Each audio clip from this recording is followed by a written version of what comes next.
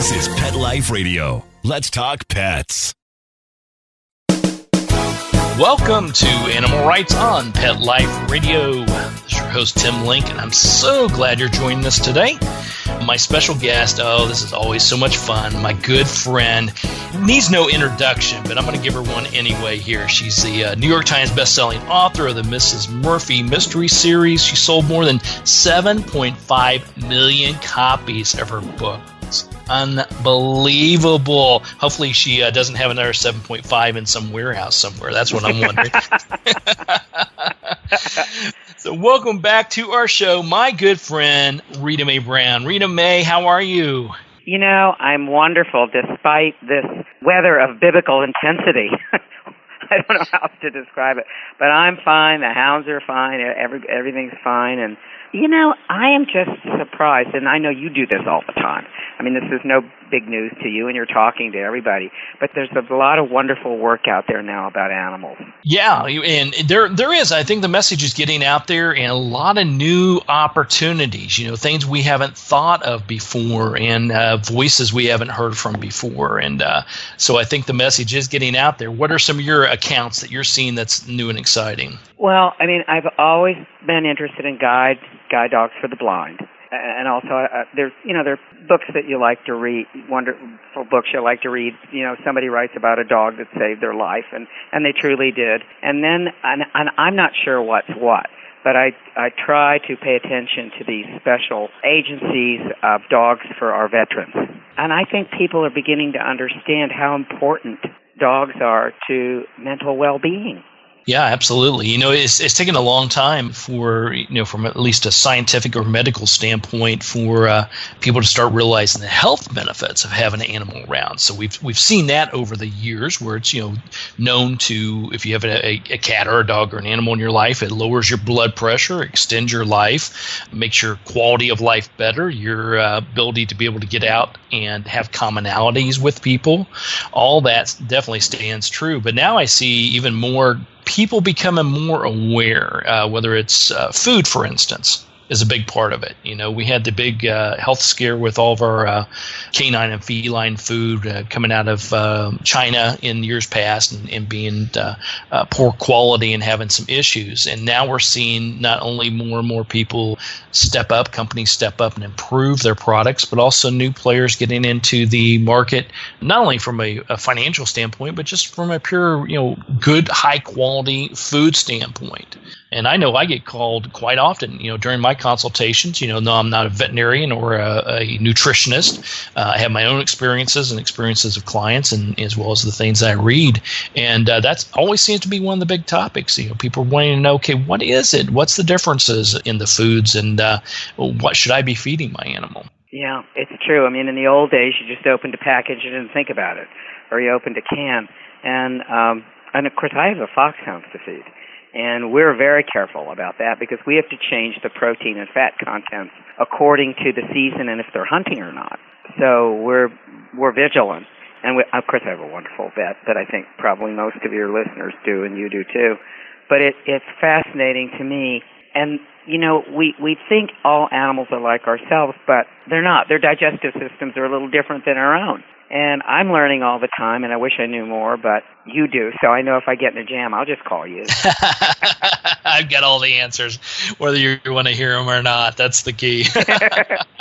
Well, you know, it is ironic. Coming full circle. You know, I've got a little schnauzer dog, a little toy schnauzer, and she's going to be 6 at the end of this month, June 30th. I remember that. It's engraved in my head. Because you can't forget your wife's birthday, and partner's birthday, and you can't forget your dog's birthday. That's the key. Well, it is here. That's right. It really isn't. Yep. And the cats, too. Yeah, cats, that's right. If you forget any of them, they'll let you know. They'll give you the stink eye about it.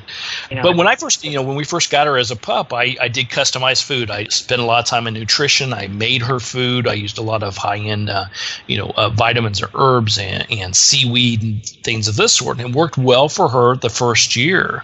And then she started developing a lot of various health issues, allergies coming into play. And then later on, she had a faulty gallbladder, so she had to their gallbladder removed, which then required us to lower the copper levels in the food to help protect the liver and the rest of the organs. So I had to learn all about that. And so it went from being customized cooked food to more of a frozen raw food diet to a freeze-dried raw food diet. Now we're back to customizing it. There's special supplement stuff. So I cook for her every single day. And the interesting thing about it is I've got another a mini schnauzer, and he's like a goat. Nothing bothers him, knock on wood. He can eat anything. He loves his victuals, not a problem. But I've started customizing his food and doing the same. And the various vitamins and copper contents and things like that are different than hers, but the core proteins and things of this sort stay the same. But you're right. A lot of people don't know this. If you've got working animals, their protein is going to be a lot different than those that are not. Very. On some hunts, your hounds can run 30 miles because they go places you don't. And obviously, they're burning enormous amounts of energy. And you want to keep them healthy and fit. And I always like to start out with the season just maybe 5 pounds overweight as an insurance policy. Because once the temperature drops, they burn more. I'm kind of interested in it, but I don't think about myself. Here, this thing is, I'm spending all this time on the cats and dogs, and I don't even care what I put in my mouth. I just ate half a Snickers bar, so there you go. It is a little funny in a way. And, in these Mrs. Murphy mysteries, the one cat, Pewter, is just, she lives for her stomach. And, I think most of your listeners may have an animal like that, or at least have had an animal like that. And it's really kind of funny. It's like an animal foodie. That's right. And, they can get particular. So, about their food. Not only do we have to watch out for, but they can get particular about what they like. As I said, my miniature schnauzer, my boy, he can eat anything. He doesn't care how you prepare it. Just set it on a plate and it's gone.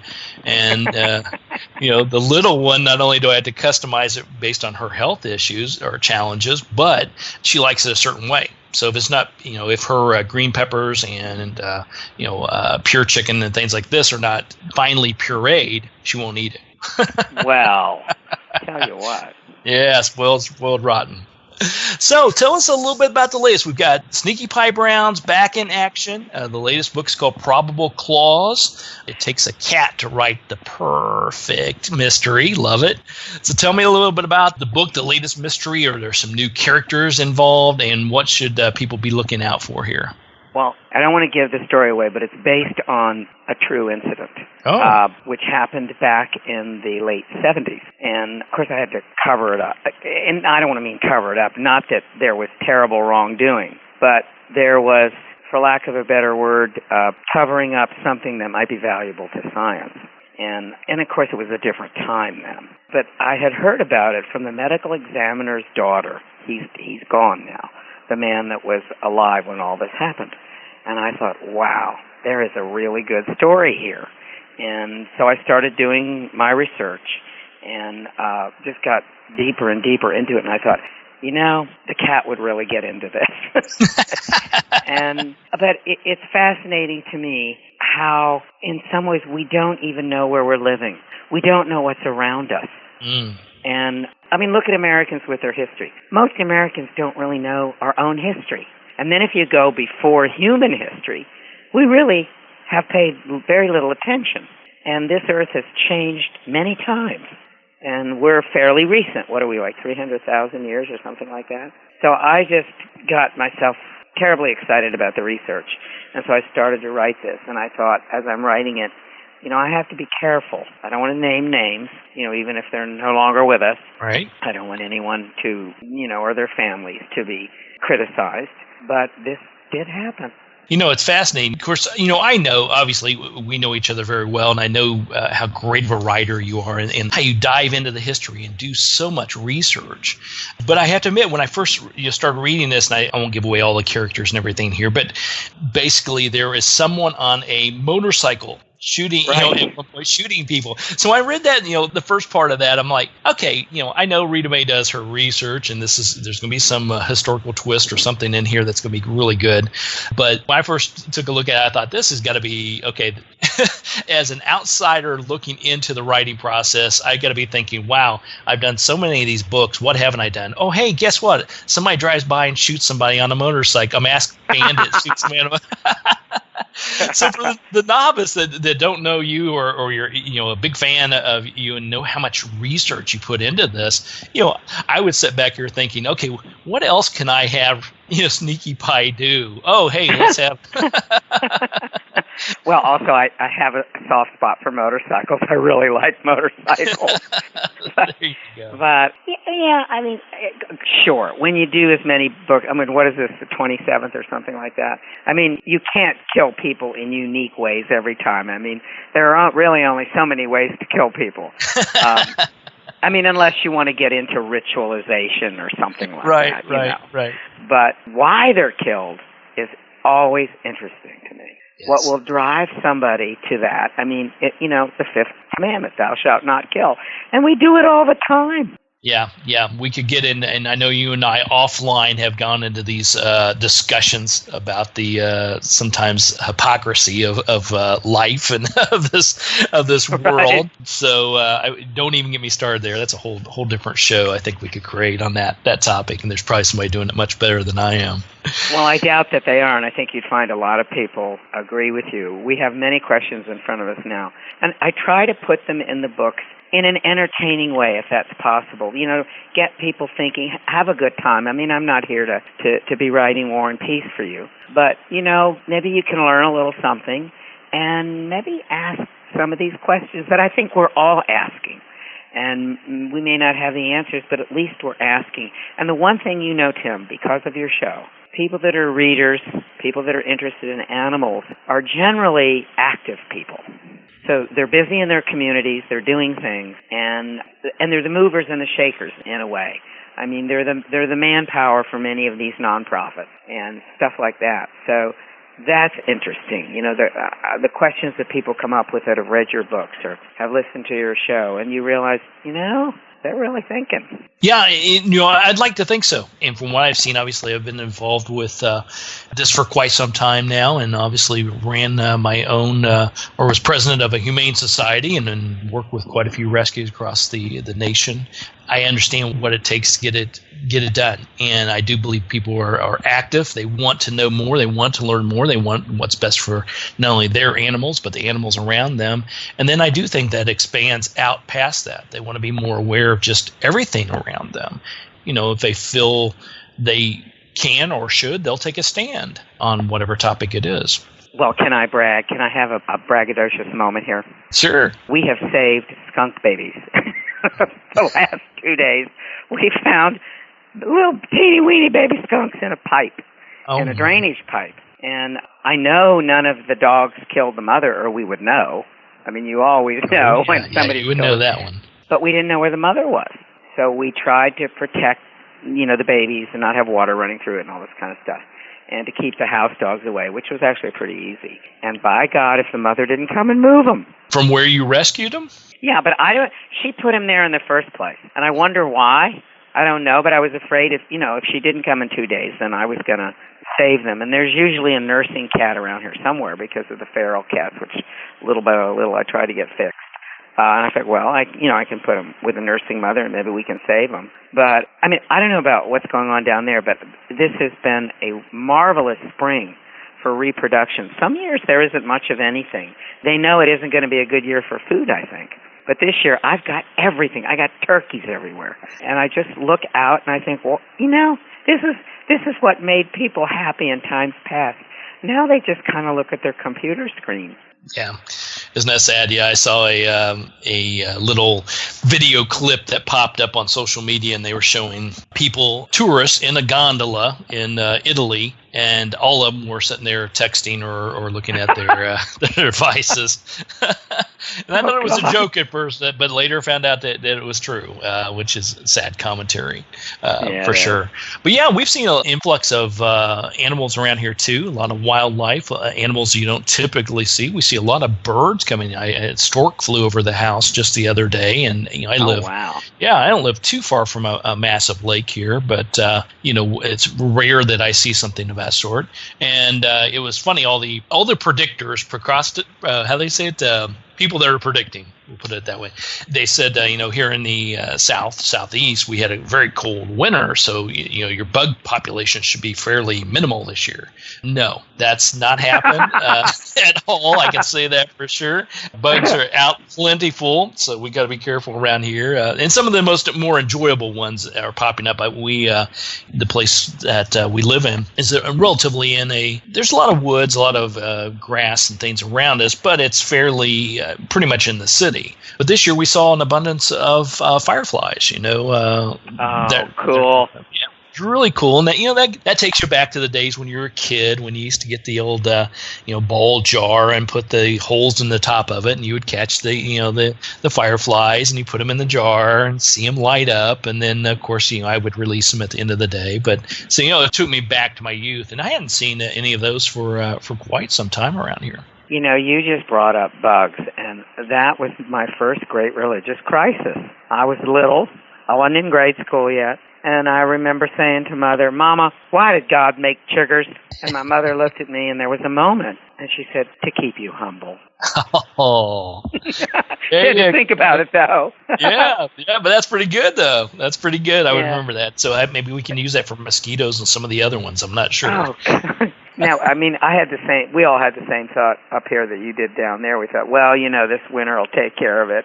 No, they're still out there. Yep, they're still in abundance, and this is the time of year when it starts to heat up, and you see them out quite a bit. So, going back to the book Probable Claws, go through this process again when you first find out about this hot topic that really excites you. You're talking to the Emmy's daughter, and there's this bit here. What sparked your interest, and then how did you go about digging into it and the process behind that? Because I know you spent a lot of time doing the research, going to the library, going to the sites themselves to dig up these. I do.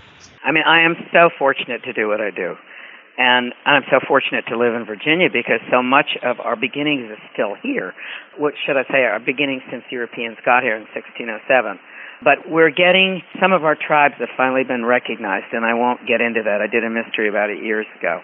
But at any rate, we're sort of pulling our past together before Europeans and then after Europeans. So the part about the 18th century is easier for me, because I can go to the documents.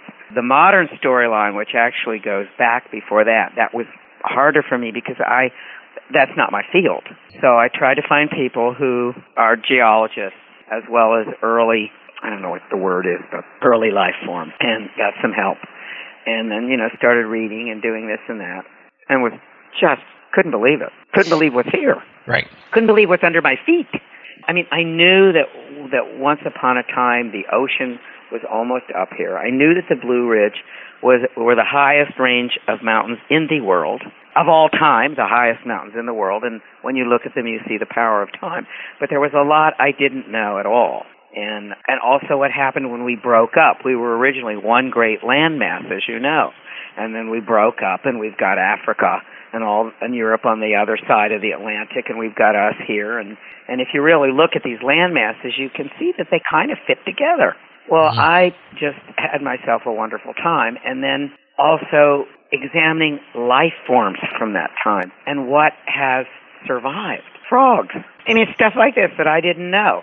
And then I just really got caught up in it. And, of course, using the animals also for some of this stuff, like when the corgi in the 18th century goes to a bone pile. We've known in one way, but we haven't known in another way. But we made the commitment to growth, which we still do, unfortunately, in some ways, as opposed to preserving the environment or our history. So some of the stuff that we have done can't be recovered or uncovered. It's really fascinating you say that, how you got, this is sort of correct me if I'm wrong, this is sort of a new topic for you, not the history behind things, but here you are now looking at fossils and the remains under the earth. Did you always have a fascination with that, or is this something you uncovered and said, hey, I want to learn about this? Not at all. I remember a couple times as a kid, seeing stones with things in them, and Mom would tell me what it was or whatever. But I've always been interested in pretty much from the Iliad on. That's where my mental life starts, so to speak. And just thinking also how we as humans have survived, which isn't particularly in this part of the book at all, but what we did to live and what we're doing now. And I think, and you and I have talked about this before, I think the hunger for pets, the closeness that people have to their cats and dogs is a throwback. It is a desire to reconnect with nature. And of course, people can't live like I do. Not that many people can get out on a farm or know what to do when they get there. But we know that's where we belong. We belong outside. Yeah, it's fascinating the fact that, about the time I thought that, hey, our youth, for instance, they don't go outside and explore things. I'm actually in a neighborhood now where there are kids that are actually riding bicycles, which is the first time I've seen since, my youth. You just didn't see that. We mentioned earlier about all the electronic devices and things of this sort.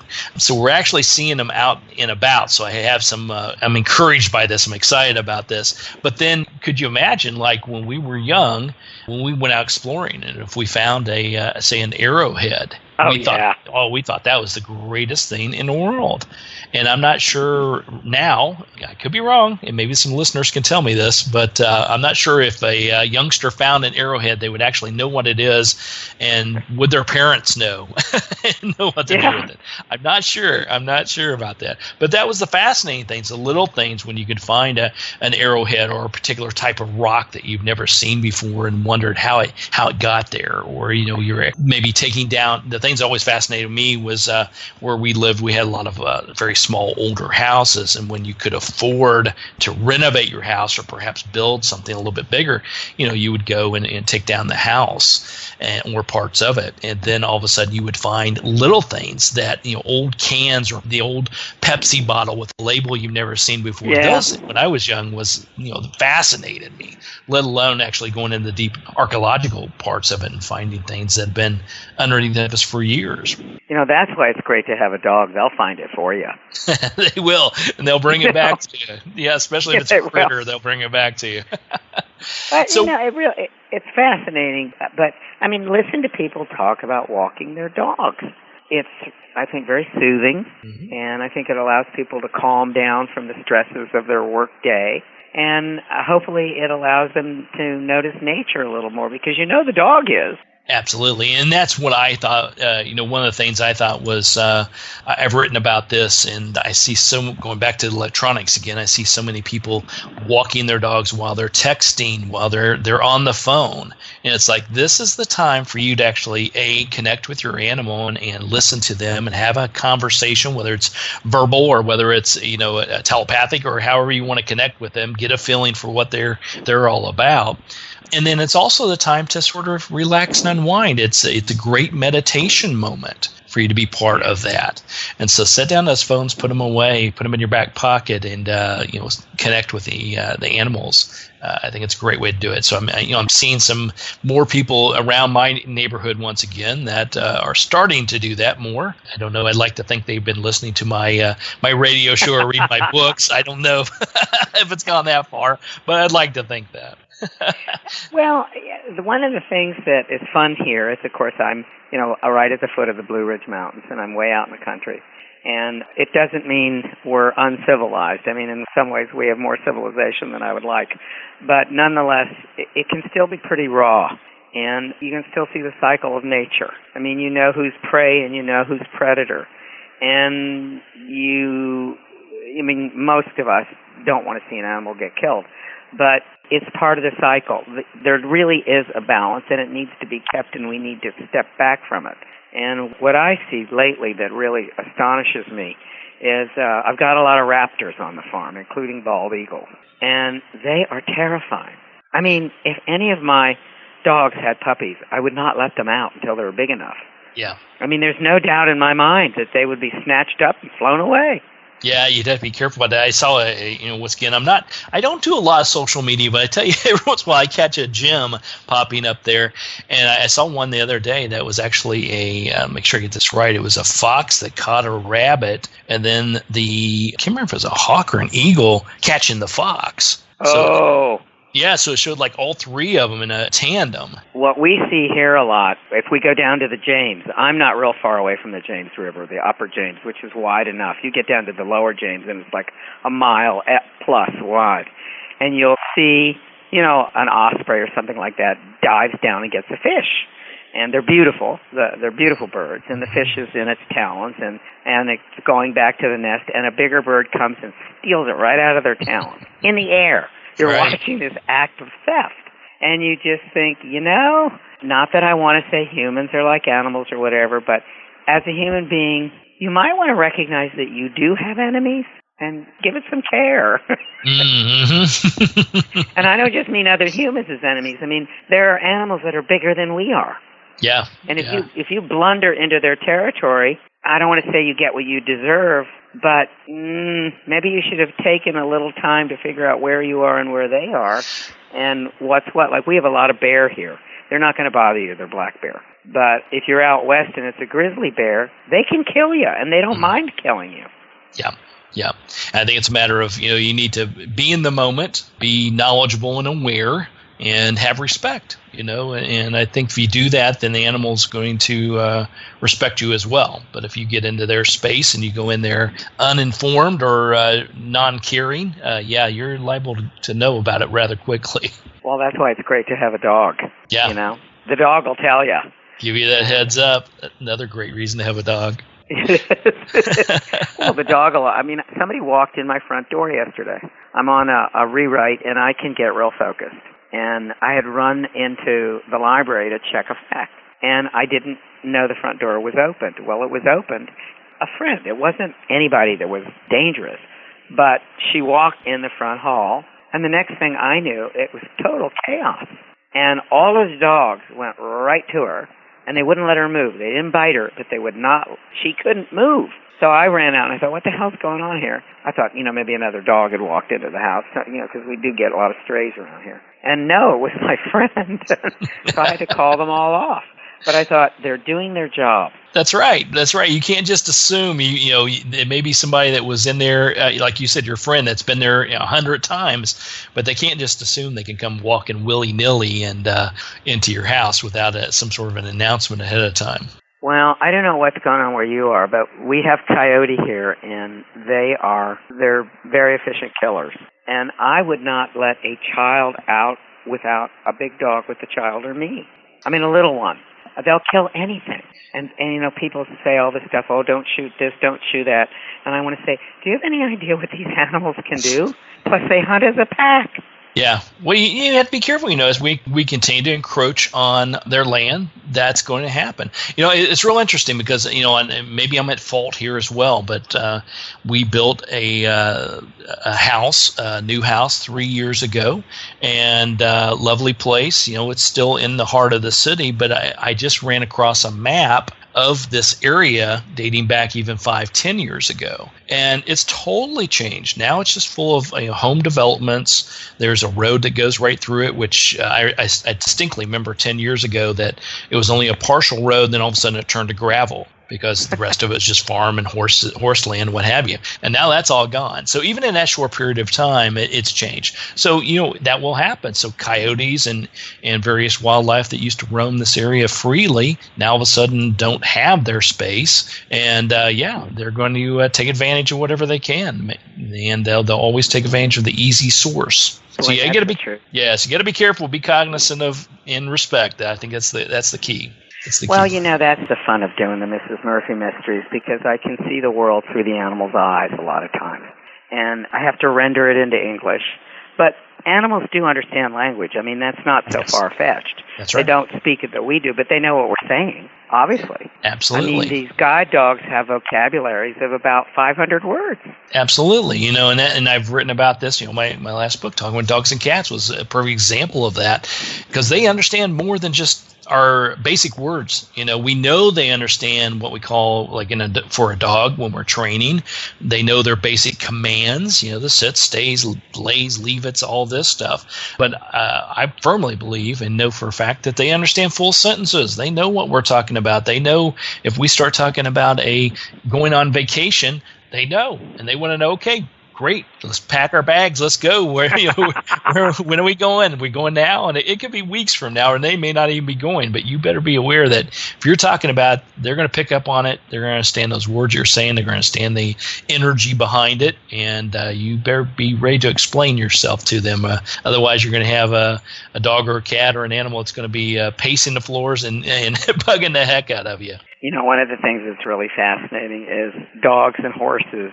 I can't speak for cats because they're not going to lower themselves to reveal but so much. But dogs and horses know the difference between nouns and verbs. That's a very sophisticated concept. If you point out a bone, the dog knows it's a bone. That's right. If you point out the car, they know it's a car. If you say stop, go, those are verbs. They know what it means. You move or you stop moving. I mean, that's very sophisticated. Yeah, it is. Absolutely. And it just amazes me that people think they're stupid. They also know, and we've done some research on this, I think they've done some at Radcliffe, of all places, Brandeis, Cornell, which you would expect in Auburn, some of those places, and also in Hungary. There's a university in Hungary that's done a lot of research on dog intelligence, and some on horse intelligence, not in Hungary. But we know that the higher vertebrates know the difference in languages. In other words, if you're not speaking English, let's say you're speaking French, they may not know French, but they know you're not speaking English. They don't understand what you're saying. Now, there are some animals that you can give them commands, particularly in the horse world. You can give them a command in Spanish or you can give them a command in English, and they know it. Right. And it just fascinates me. Yeah, it's, and that's why a lot of, if you have a guard dog, for instance, that's been trained to guard and protect, say like a German Shepherd, they'll teach them, a German language. And not only will they understand that, but also they do it for, purposes of protecting the family. Because if everyone will say can speak English, so if you start talking to a dog in English and start giving them commands, they may or may not respond. More likely they will. If you've trained them to say sit, they'll probably sit for just about anybody. But if you teach them in a language that you're not familiar with, or a lot of people aren't familiar with, then it just adds an extra layer of protection in the training. I bet it does. I never thought of that. Yeah, absolutely. The other thing that fascinates me, which I use lightly in the book, our scent receptors are not very good. And, of course, dogs are the best there are of the domesticated animals. So if you are happy, your dog knows. If you're sad, your dog knows. If you're angry, you may be able to hide these emotions from humans, but you can't hide it from your dog. That's right. Well, they can pick up on the sense that you have. Obviously, from a physical standpoint, they can sense, from a smell standpoint, but also your vibrations, your energy. I believe when communicating with animals, they understand the words that you're saying. They understand the visualization that you project every time you say a word or series of words. You project an image of what you're talking about, and I think they're very in tune with that. And then the third part of it is the energy behind it. Your energy level. If there's a shift in your energy level, if it's in a positive mood, if you're projecting positive energy, they respond accordingly in a positive manner. If you are in a negative mood, negative energy, projecting negative energy, they will do their best to try to deflect that until a point when they can't deflect it, and then they'll absorb it, and that's when they have dis-ease within themselves, either physically or emotionally. So that's why you'll see a dog that if you tell them no, they may stop for a moment, and then they're going to go back to their normal way of doing things because they deflect that negative energy. But if you stay positive about it and praise them and give constant support on a positive manner, they're going to respond a lot better and a lot quicker to you. Do you think there was a time when we could communicate with animals better than we do now? Yeah, I think we're getting better and better at it.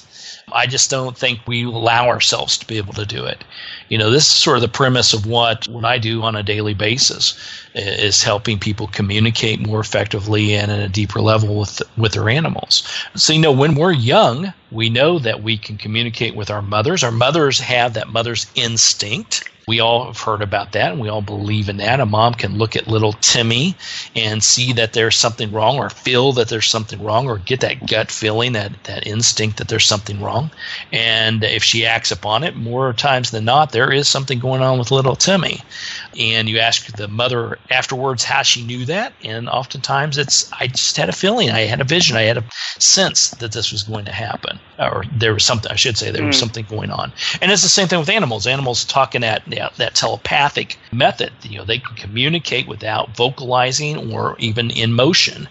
And that's when you see, two dogs lying perfectly still, sound asleep, and all of a sudden they both get up and they go to the door, or they go do something because they've had that conversation together. And so, my premise is that we all have it to a degree. It's a matter of going back and using it, staying in that quiet moment, connecting with animals, and trusting what you receive from them. And that's the key. Put aside all your self-doubt. Don't overanalyze everything. Don't question everything like us humans always do. And whatever you receive from that animal in that quiet moment is going to be accurate. It's interesting you put it that way. I can't put it that way in the Sneaky Pie books, but what I can do and do is she doesn't know what they're saying. They know what she's saying, but she doesn't really know what they're saying. But she has learned to trust them. So if her animals, say, keep going back to a spot on the farm or push something out of her hands, her first response is, well, I want to do it my way, get it. But she has now learned to trust them. And I thought, well, it's a small step, but maybe this is where most humans start. Absolutely. And I think we all can learn from Sneaky Pie Brown, for sure. She's always got it solved, always got the mystery solved. She knows what to do. So at the very least, follow her lead and trust it. I think you're going to be happy with that.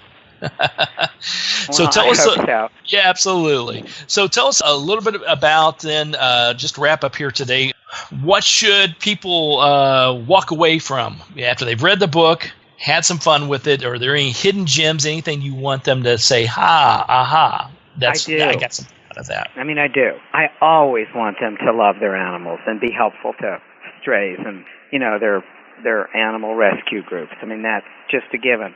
But I would hope that when people close this book, they'd wonder about just what they were standing on. I mean, wherever they are, whether it's Nevada or whether it's here, whatever. What's underneath you? What happened here? Yeah.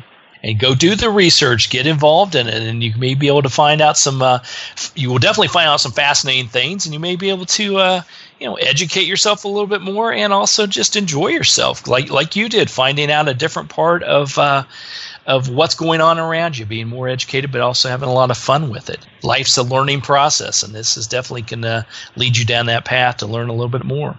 You should never stop. That's it. Keep moving, keep learning. That's the key to life, I think it is. So the latest book, once again, it's Probable Claws. It takes a cat to write the perfect mystery. It's Rita Mae Brown and her awesome sidekick Sneaky Pie Brown solving the latest mysteries of the Mrs. Murphy mystery series. Rita Mae, it's always a pleasure to talk to you, my friend. Just love chatting with you. Love the work you do. It's another great book. Always fascinating to dig in and see what the little messages are. And just keep up the great work, and we'll look forward to chatting with you down the road. Oh, thanks, Tim. My pleasure. All right, well, we're coming to the end of the show today. I want to thank everyone for listening to Animal Rights on Pet Life Radio. I want to thank the producers and sponsors for making this show possible. If you have any questions, ideas, or comments for the show, you can email us at petliferadio.com, and we're glad to entertain your comments and bring on the people you want to hear from most. And while you're there, check out all the other great shows on the network. That's petliferadio.com. So until next time, write a great story about the animals in your life, put it in a book, a blog, an article, a magazine, get it out there, and who knows, you may be the next guest on Animal Rights Pet Life Radio. Have a great day. Let's Talk Pets, every week on demand, only on PetLifeRadio.com.